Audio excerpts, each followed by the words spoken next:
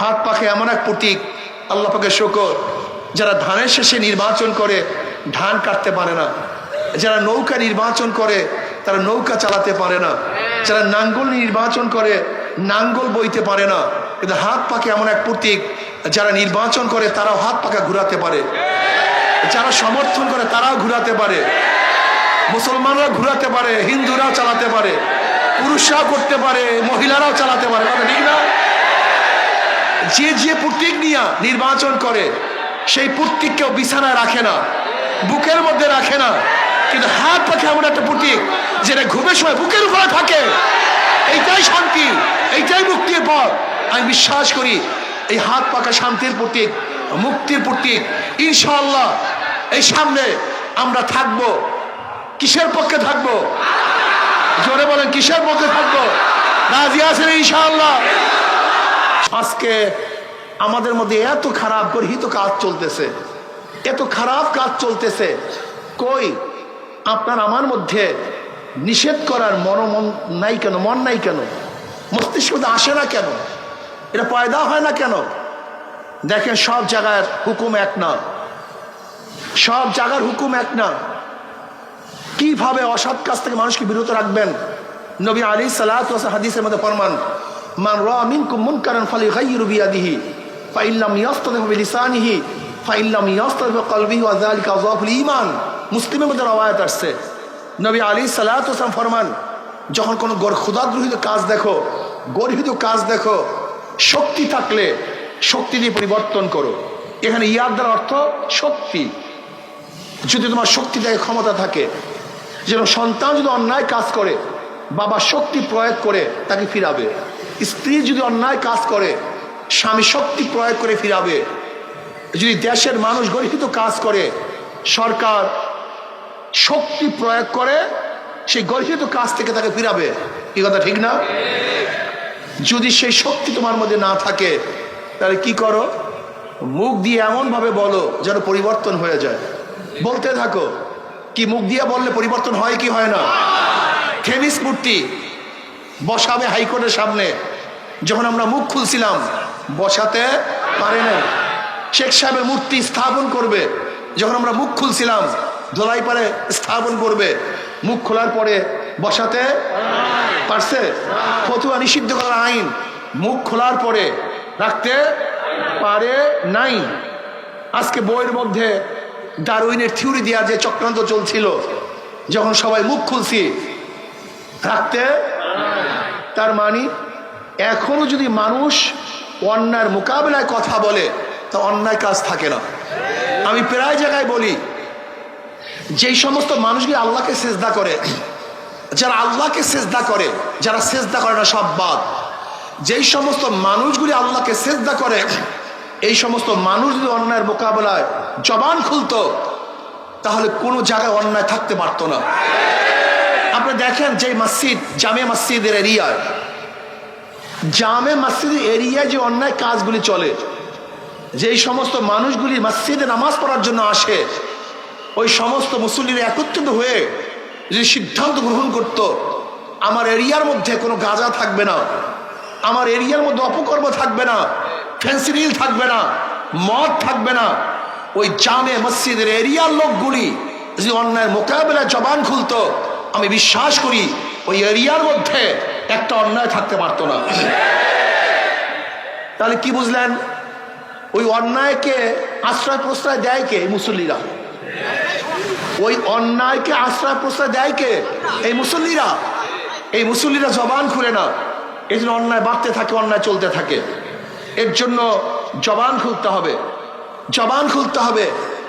আমি বিশ্বাস করি আজকে বাংলাদেশের যত মানুষ আল্লাহকে সেজদা করে, যত মানুষ আল্লাহকে মানে, এই সমস্ত মানুষগুলি অন্যায়ের মোকাবেলায় জবান খুলতো, মুখ খুলতো, তাহলে বাংলাদেশে একটা অন্যায় থাকতে পারতো না। আজকে অন্যায় দূর হয়ে যেত। এর জন্য জবান খুলতে হবে। জবান খুলেন। লেসান সবচেয়ে দামি, এর চেয়ে দামি কোনো জিনিস নেই। একটা মানুষকে কথা বলতে বলতে দেখবেন মানুষটা খারাপ কাজ থেকে ফিরে আসবে ইনশাআল্লাহ। জবান খুলবেন। যদি তোমাদের সেই শক্তি না থাকে, জবান খোলা শক্তি না থাকে, তাই নবী আলাইহিস সালাতু ওয়াস সালাম ফরমান, মনে মনে ঘৃণা নয়, পরিকল্পনা করো। কি করো? ঘৃণা এবং পরিকল্পনা মানে পার্থক্য করি। বারবার উদাহরণ দেয়, মসজিদের সামনে ময়লা, যত মুসল্লি সেখান থেকে যাবে ঘৃণা করো, আহ ইস খারাপ ময়লা, নাক চাপবে, রুমাল দেবে নাকের মধ্যে। 1 কোটি মানুষ যদি ময়লার কাছ থেকে যায় আর ময়লাকে ঘৃণা করে, সেখান থেকে ময়লা কিন্তু দূর হবে না। কি কথা ঠিক না?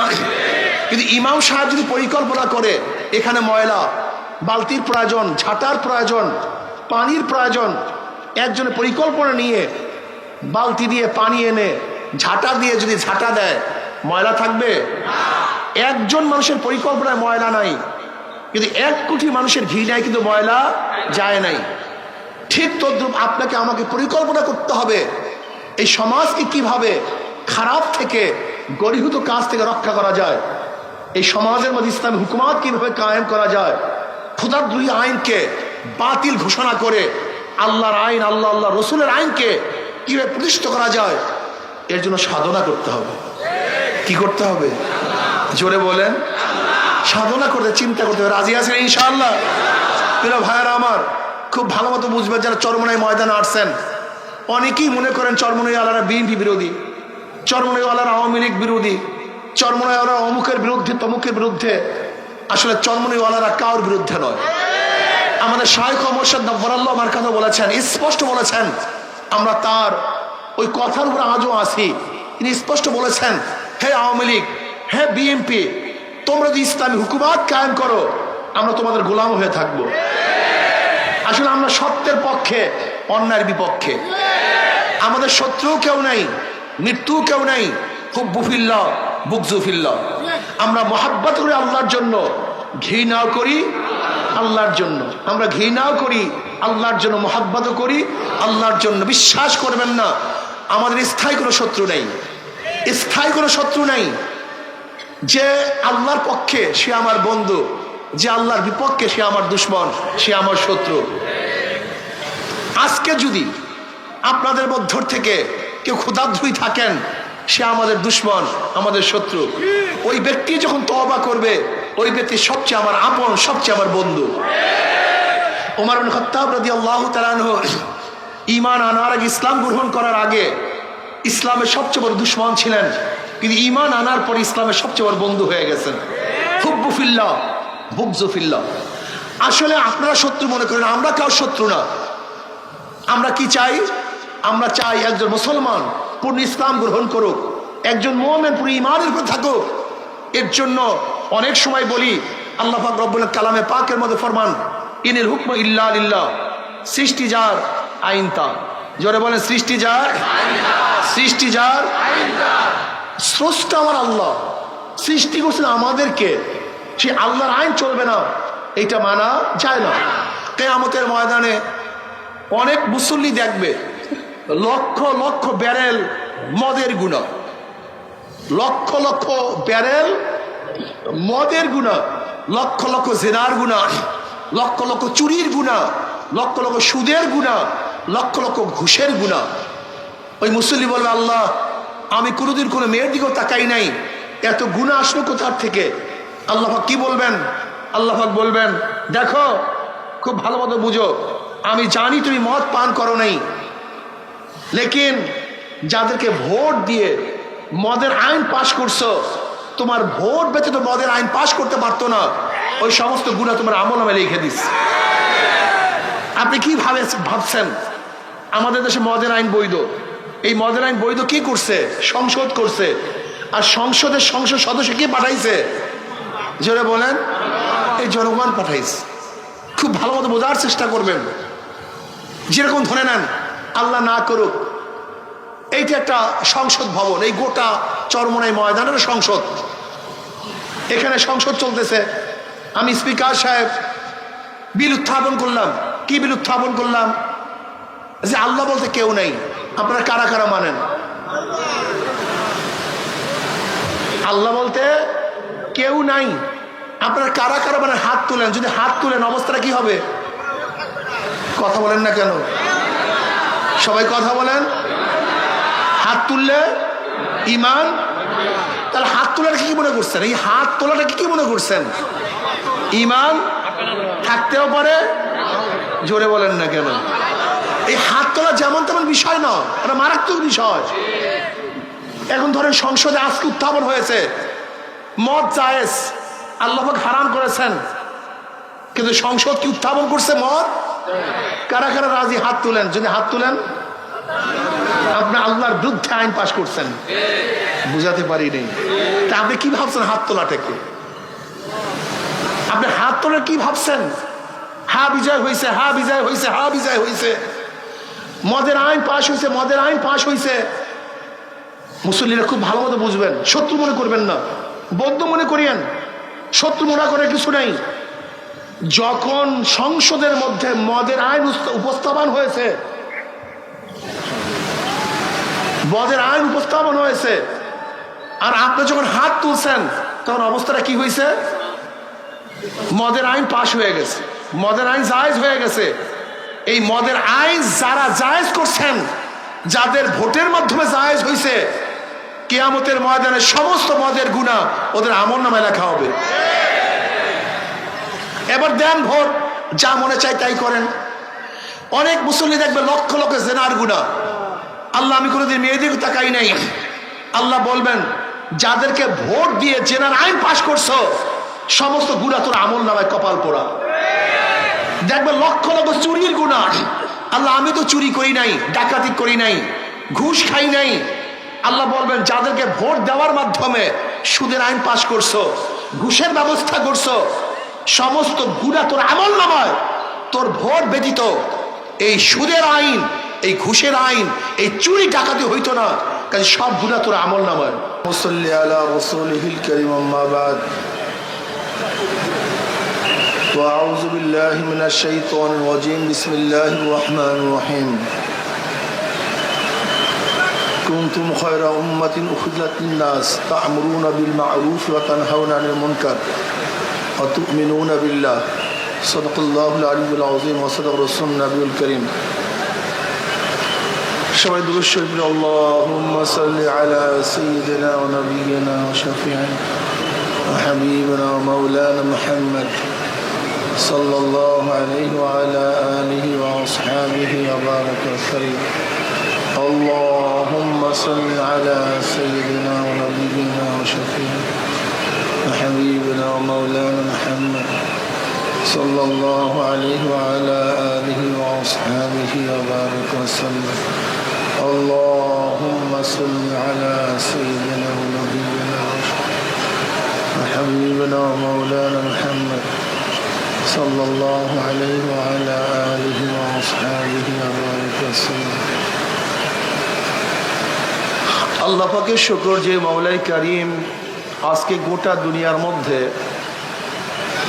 আমাদের জানা মতে সর্বশ্রেষ্ঠ সর্ববৃহত্তম আজকে জুমার মসজিদ, জুমার নামাজে আপনাকে আমাকে আল্লাহ পাক আসার, বসার, এই জামাতের উদ্দেশ্যে এখানে বাড়ির থেকে রওনা করার তৌফিক দান করছেন। এর জন্য শুকরিয়া দান সবাই বলে আলহামদুলিল্লাহ।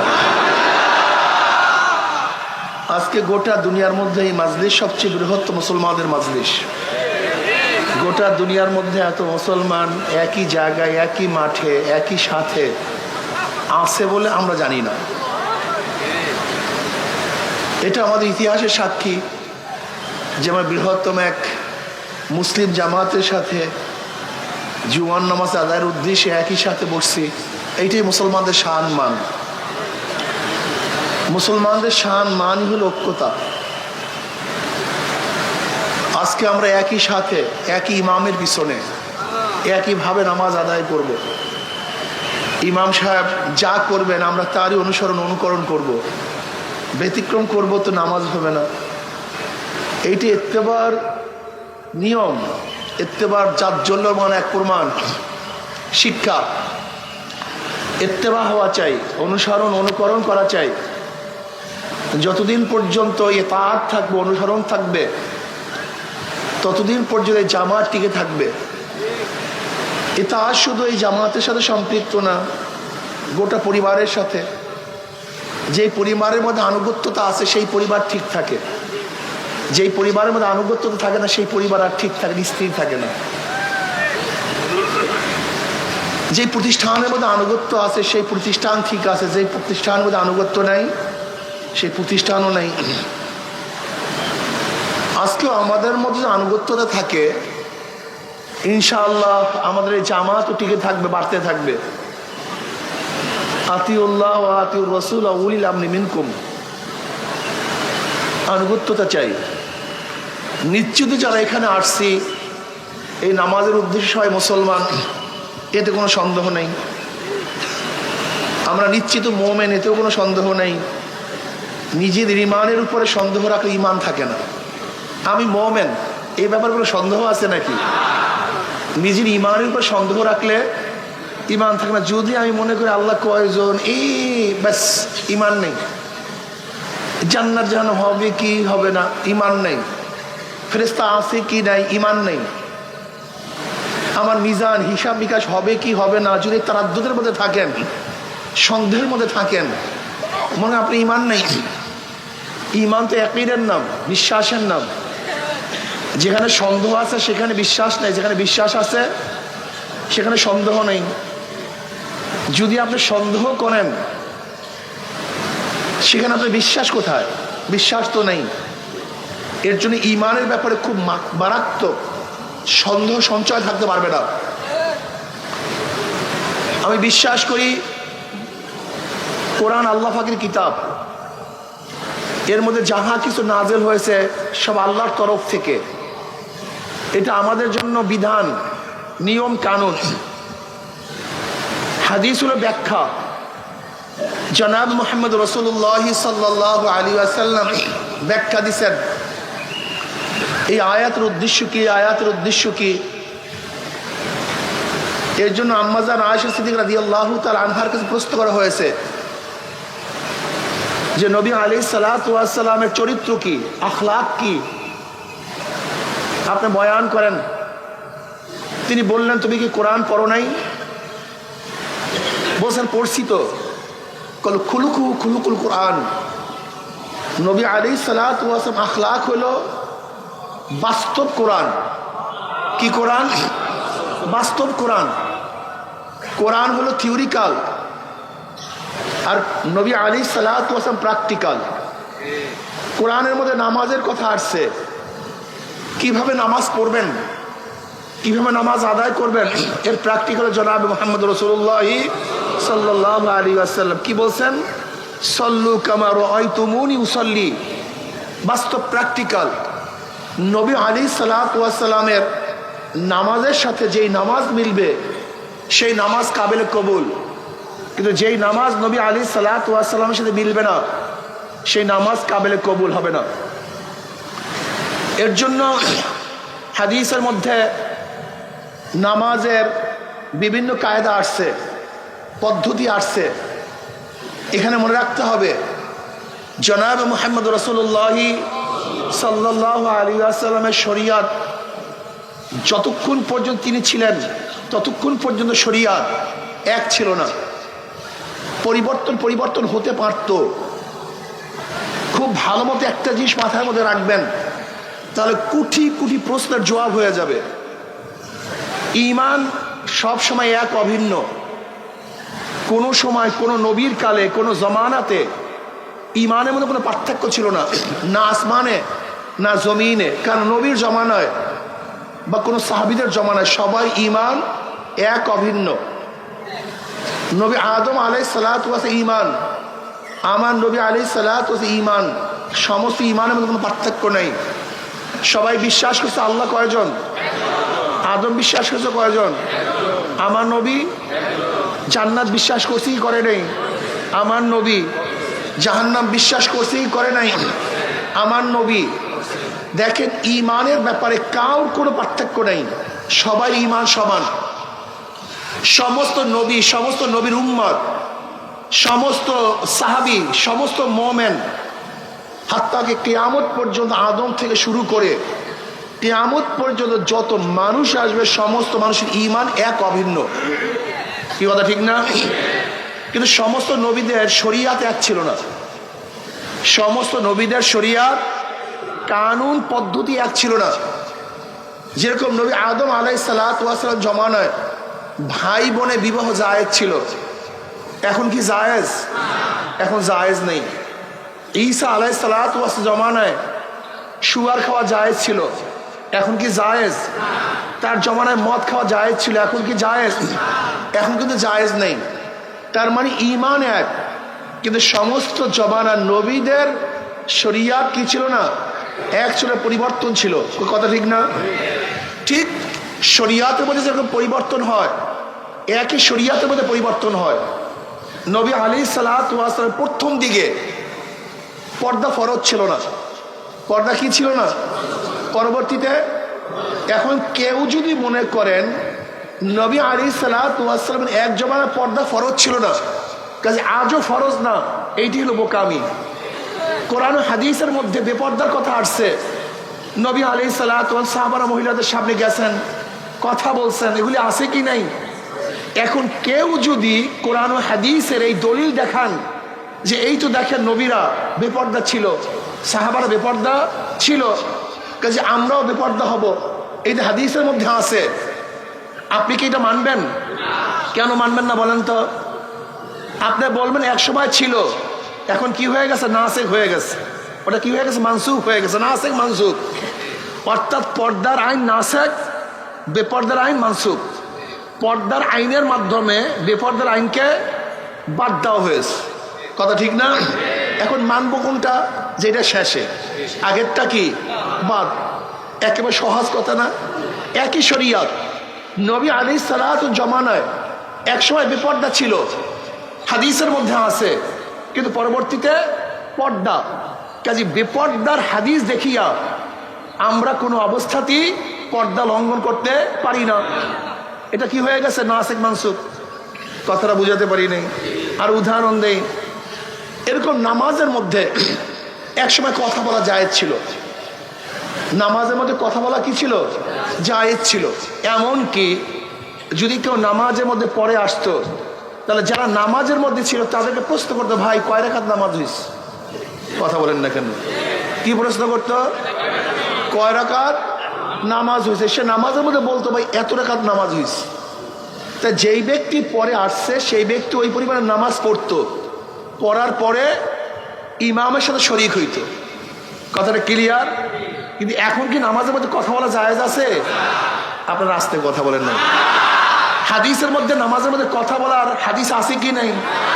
হ্যাঁ, এখন কেউ যদি বলে এই যে দেখি হাদিসের মধ্যে আছে নামাজের মধ্যে কথা বলছে, কাজে আমিও কথা বলবো, তখন আপনি কি বলবেন? হ্যাঁ, ছিল, এখন মাশাআল্লাহ। এটা সহজ কথা। ছিল, এখন কোনটা মানবো? পরেরটা, আগেরটা বাদ। পরেরটা নাসেখ, আগেরটা মানসুখ। এইভাবে দেখেন রফুল ইয়াদাইন, রফুল ইয়াদাইন নামাজে দেওয়া, বারবার হাত উঠানো এক সময় ছিল, পরবর্তী কি হয়ে গেছে? মানসুখ হয়ে গেছে।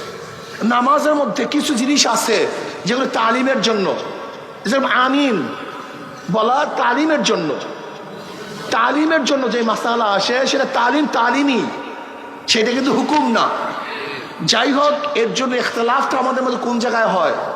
যখন হাদিসের মধ্যে বিভিন্ন জায়গায় হাদিস দেখি এইটা জায়েজ, ওইটা জায়েজ, সেইটা জায়েজ, কিন্তু কোনটা নাসিখ, কোনটা মানসুখ, কোনটা আগে, কোনটা পরে, এর জন্য প্রয়োজন গভীর ইলমের। কিসের প্রয়োজন? এই গভীর ইলমের জন্য প্রয়োজন ইমামদের। এই যে আমরা ইমাম মানি, কেন মানি? কিন্তু হাদিস দেখি আমরা তো জানি না হাদিসের মধ্যে এই তারিখ লেখা নাই, এই সন লেখা নাই যে এই হাদিস আগের, এই হাদিস পরের, এই হাদিস নাসিখ, এই হাদিস মানসুখ, এরকম কথা হাদিসের মধ্যে কি? এই যে ইমামরা গবেষণায় বের করেন কোনটা আগের, কোনটা পরের, কোনটা নাসিখ, কোনটা মানসুখ, কোনটা তালিমের জন্য, কোনটা মাসালা বুঝাবার জন্য। এর জন্য আপনাদের অবশ্যই মনে রাখতে হবে যে ইমামগণ বহু সাধনা করে, চেষ্টা সাধনা করে আমাদের কাছে সমস্ত হাদিস এবং কোরআনকে একত্রিত করে আমাদের কাছে একটা মাসালা বয়ান করেন যে এখন এইভাবে নামাজ পড়তে হবে। এখন বলেন তো ইমামরা আমাদের ক্ষতি করছে না লাভ করছে? অথচ আমি ইমামের শত্রু হয়ে গেছি। ইমামদের শত্রু হয়ে গেছে। কি বোকা আমরা, আল্লাহ আমাদের সবাইকে মাফ করে দেন। যাই হোক, নবী আলাইহিস সালাম প্র্যাকটিক্যাল, তিনি আমাদেরকে বাস্তব কোরআনের সমস্ত কিছু দেখায় দিয়েছেন। কি কথা ঠিক না? আল্লাহ পাক কালামে পাকের মধ্যে ফরমান, কুনতুম খায়রা উম্মাতিন উখরিজাত লিন-নাস তা'মুরুনা বিল মা'রুফি ওয়া তানহাউনা আনিল মুনকার ওয়া তু'মিনুনা বিল্লাহ। তোমরা সর্বশ্রেষ্ঠ উম্মত। নবী মুহাম্মদ সাল্লাল্লাহু আলাইহি ওয়াসাল্লাম উম্মত সর্বশ্রেষ্ঠ, সবচেয়ে দামি, এর চেয়ে দামি কোনো উম্মত নেই। কারণটা কি?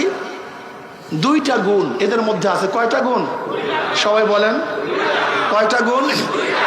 আমরু বিল মারুফ ওয়া নাহয়ি আনিল মুনকার, সৎ কাজের আদেশ, অসৎ কাজের নিষেধ। এই অসৎ কাজের নিষেধ, সৎ কাজের আদেশ, এই দুইটা গুণ নবী মুহাম্মদ সাল্লাল্লাহু আলাইহি ওয়াসাল্লাম উম্মতের থাকার কারণে এরা সমস্ত উম্মত, আগেকার সমস্ত উম্মতের মধ্যে শ্রেষ্ঠ উম্মত হয়ে গেছে। দেখেন, নবী মুহাম্মদ সাল্লাল্লাহু আলাইহি ওয়াসাল্লাম উম্মতেরা বেশি নামাজ পড়ার কারণে শ্রেষ্ঠ, বেশি রোজা রাখার কারণে শ্রেষ্ঠ, বেশি ইবাদত করার কারণে শ্রেষ্ঠ। ব্যাপারটা এরকম না, এটা ঠিক না, এটা ভুল। তাহলে আপনি এবং আমি হায়াত পাই 60, 70, 80 বছর। আগেকার জমানার উম্মতরা হায়াত পাইতেন 1000 বছর।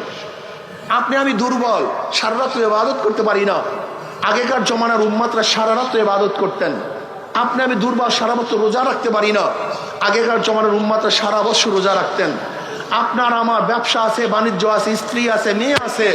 আগেকার জমানার উম্মতরা সব কিছু ত্যাগ করতেন। তার রাহেব রহবান ছিল, জঙ্গলে থাকতো, গির্জার মধ্যে থাকতো, সারাদিন ইবাদতের মগ্ন থাকতো।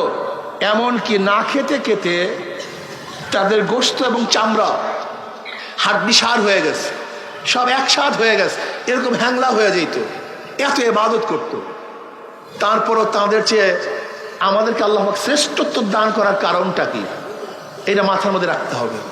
এগুলি মাথার মধ্যে রাখতে হবে। 2-1টা পয়েন্ট মাথার মধ্যে থাকা চাই। 2-1টা পয়েন্ট যদি মাথার মধ্যে থাকে, তা হাজারো সমস্যার সমাধান হয়ে যাবে। কি কথা ঠিক না? সেই কারণ দুইটা কি? শ্রেষ্ঠত্ব হওয়ার কারণ দুইটা কি? সবাই বলেন, সবাই বলতে হবে। সৎ কাজের, অসৎ কাজের, এই কাজ দুটো যদি না থাকে, এই কাজ দুইটা যদি আপনার মধ্যে না থাকে, কোরআনের ভাষায় আপনি উত্তম উম্মত না, আপনি উত্তম উম্মত হতে পারেন না। কোরআনের ভাষায় উত্তম উম্মত হওয়ার জন্য দুইটা জিনিসের প্রয়োজন, আমরু বিল মারুফ ওয়া নাহয়ি আনিল মুনকার, সৎ কাজের আদেশ, অসৎ কাজের নিষেধ। আজকে আমাদের মধ্যে এত খারাপ গর্হিত কাজ চলতেছে, এত খারাপ কাজ চলতেছে। কই আপনার আমার মধ্যে নিষেধ করার মন নাই কেন? মন নাই কেন? মস্তিষ্ক আসে না কেন? এটা পয়দা হয় না কেন? দেখেন, সব জায়গার হুকুম এক না, সব জায়গার হুকুম এক না। কিভাবে অসৎ কাজ থেকে মানুষকে বিরত রাখবেন? নবী আলাইহিস সালাতু ওয়াস সালাম হাদিসের মধ্যে ফরমান, মান রাআ মিনকুম মুনকারান ফালিগাইয়িরু বিয়াদিহি ফাইন লাম ইয়াস্তাতি'উ বিলিসানিহি ফাইন লাম ইয়াস্তাতি'উ বিকলবিহি ওয়া যালিকা আযআফুল ঈমান। মুসলিমের মধ্যে রওয়ায়াত আসছে, নবী আলাইহিস সালাতু ওয়াস সালাম ফরমান, যখন কোনো ক্ষুধাদ্রোহিত কাজ দেখো, গর্হিত কাজ দেখো, শক্তি থাকলে শক্তি দিয়ে পরিবর্তন করো। এখানে ইয়াদ দ্বারা অর্থ শক্তি। যদি তোমার শক্তি থাকে, ক্ষমতা থাকে, যেন সন্তান যদি অন্যায় কাজ করে, বাবা শক্তি প্রয়োগ করে তাকে ফিরাবে। স্ত্রী যদি অন্যায় কাজ করে, স্বামী শক্তি প্রয়োগ করে ফিরাবে। যদি দেশের মানুষ গর্হিত কাজ করে, সরকার শক্তি প্রয়োগ করে সেই গর্হিত কাজ থেকে তাকে ফিরাবে। কি কথা ঠিক না? যদি সেই শক্তি তোমার মধ্যে না থাকে, তাহলে কি করো? মুখ দিয়ে এমন ভাবে বলো যেন পরিবর্তন হয়ে যায়। বলতে থাকো। কি মুখ দিয়ে বললে পরিবর্তন হয় কি হয় না?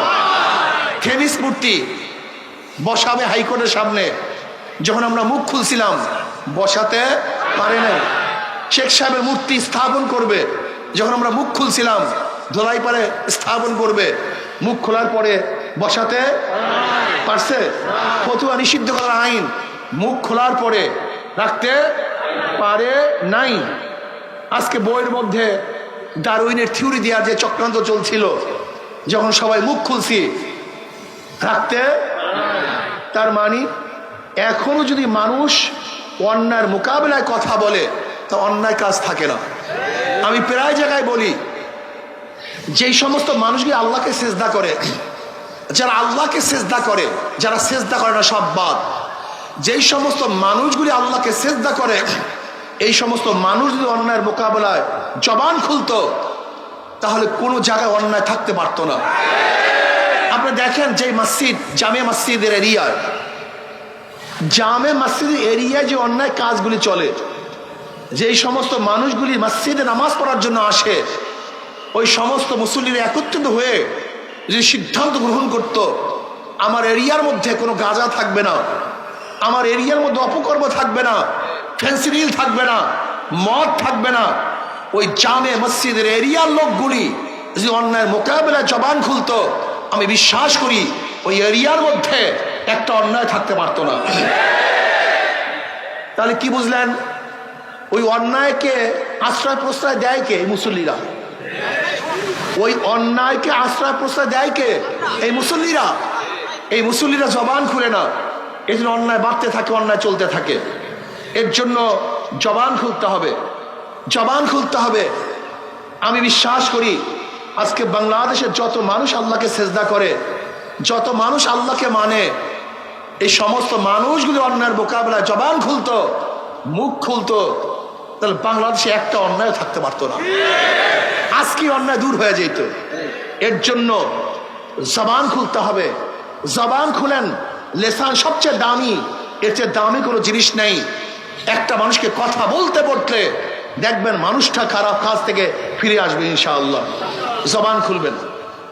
যদি তোমাদের সেই শক্তি না থাকে, জবান খোলার শক্তি না থাকে, তাই নবী আলী সাল্লাল্লাহু আলাইহি ওয়াসাল্লাম ফরমান, মনে মনে ঘৃণা নয়, পরিকল্পনা করো। কি করো?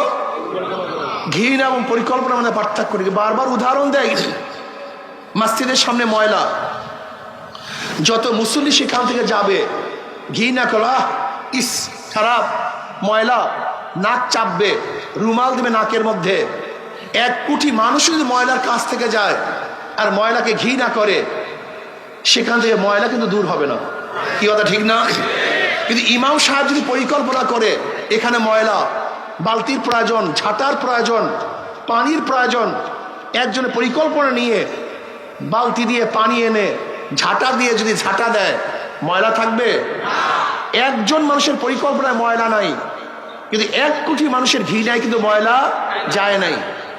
ঠিক তদ্রুপ আপনাকে আমাকে পরিকল্পনা করতে হবে এই সমাজকে কিভাবে খারাপ থেকে, গরিহূত কাজ থেকে রক্ষা করা যায়, এই সমাজের মধ্যে ইসলামী হুকুমাত কিভাবে কায়েম করা যায়, খোদাদ্রোহী আইনকে বাতিল ঘোষণা করে আল্লাহর আইন, আল্লাহ আল্লাহ রসুলের আইনকে কিভাবে প্রতিষ্ঠিত করা যায়, এর জন্য সাধনা করতে হবে। কি করতে হবে? জোরে বলেন। সাধনা করতে, চিন্তা করতে হবে। রাজি আছেন ইনশাআল্লাহ? প্রিয় ভাইয়েরা আমার, খুব ভালো মতো বুঝবেন যারা চরমনাই ময়দানে আসছেন। অনেকেই মনে করেন চরমনাইওয়ালারা বিএনপি বিরোধী, চরমনাইওয়ালারা আওয়ামী লীগ বিরোধী, চরমনাইওয়ালারা অমুকের বিরুদ্ধে তমুকের বিরুদ্ধে। আসলে চরমনাইওয়ালারা কারোর বিরুদ্ধে নয়। আমাদের শাইখ ও মুর্শিদ নব্বরাল্লাহ আমার কথা বলেছেন, স্পষ্ট বলেছেন, আমরা তার ওই কথার উপর আজও আছি। তিনি স্পষ্ট বলেছেন, হে আওয়ামী লীগ, হে বিএনপি, তোমরা যদি ইসলামী হুকুমাত কায়েম করো, আমরা তোমাদের গোলাম হয়ে থাকবো। আসলে আমরা সত্যের পক্ষে, অন্যায়ের বিপক্ষে। আমাদের শত্রু কেউ নাই, মৃত্যু কেউ নাই। হুব্বু ফিল্লাহ, বুগযু ফিল্লাহ। আমরা মহাব্বত করি আল্লাহর জন্য, ঘৃণাও করি আল্লাহর জন্য। আমরা ঘৃণাও করি আল্লাহর জন্য, মহাব্বতও করি আল্লাহর জন্য। বিশ্বাস করবেন না, আমাদের স্থায়ী কোনো শত্রু নেই, স্থায়ী কোনো শত্রু নেই। যে আল্লাহর পক্ষে সে আমার বন্ধু, যে আল্লাহর বিপক্ষে সে আমার দুশ্মন, সে আমার শত্রু। আজকে যদি আপনাদের মধ্য থেকে কেউ ক্ষুধাদ্রোহী থাকেন, সে আমাদের দুশ্মন, আমাদের শত্রু। ওই ব্যক্তি যখন তওবা করবে, ওই ব্যক্তি সবচেয়ে আমার আপন, সবচেয়ে আমার বন্ধু। ওমর ইবনে খাত্তাব রাদিয়াল্লাহু তাআলা আনহু ঈমান আনার আগে, ইসলাম গ্রহণ করার আগে ইসলামের সবচেয়ে বড় দুশ্মন ছিলেন, কিন্তু ঈমান আনার পর ইসলামের সবচেয়ে বড় বন্ধু হয়ে গেছেন। হুব্বু ফিল্লাহ, বুগযু ফিল্লাহ। আসলে আপনারা শত্রু মনে করেন, আমরা কাউ শত্রু না। আমরা কি চাই? আমরা চাই একজন মুসলমান পূর্ণ ইসলাম গ্রহণ করুক, একজন মুমিন পুরো ঈমানের উপর থাকুক। এর জন্য অনেক সময় বলি, আল্লাহ পাক রব্বুল কালামে পাকের মধ্যে ফরমান, ইনিল হুকম ইল্লা লিল্লাহ, সৃষ্টি যার আইন তার। জোরে বলেন সৃষ্টি যার, সৃষ্টি যার, স্রষ্টা আমার আল্লাহ, সৃষ্টি করছেন আমাদেরকে, সে আল্লাহর আইন চলবে না এইটা মানা যায় না। কিয়ামতের ময়দানে অনেক মুসল্লি দেখবে লক্ষ লক্ষ ব্যারেল মদের গুনাহ, লক্ষ লক্ষ ব্যারেল মদের গুনাহ, লক্ষ লক্ষ জেনার গুনাহ, লক্ষ লক্ষ চুরির গুনাহ, লক্ষ লক্ষ সুদের গুনাহ, লক্ষ লক্ষ ঘুষের গুনাহ। ওই মুসল্লি বলবে আল্লাহ আমি কোনোদিন কোনো মেয়ের দিকেও তাকাই নাই, এত গুনাহ আসলো কোথার থেকে? আল্লাহ পাক কি বলবেন?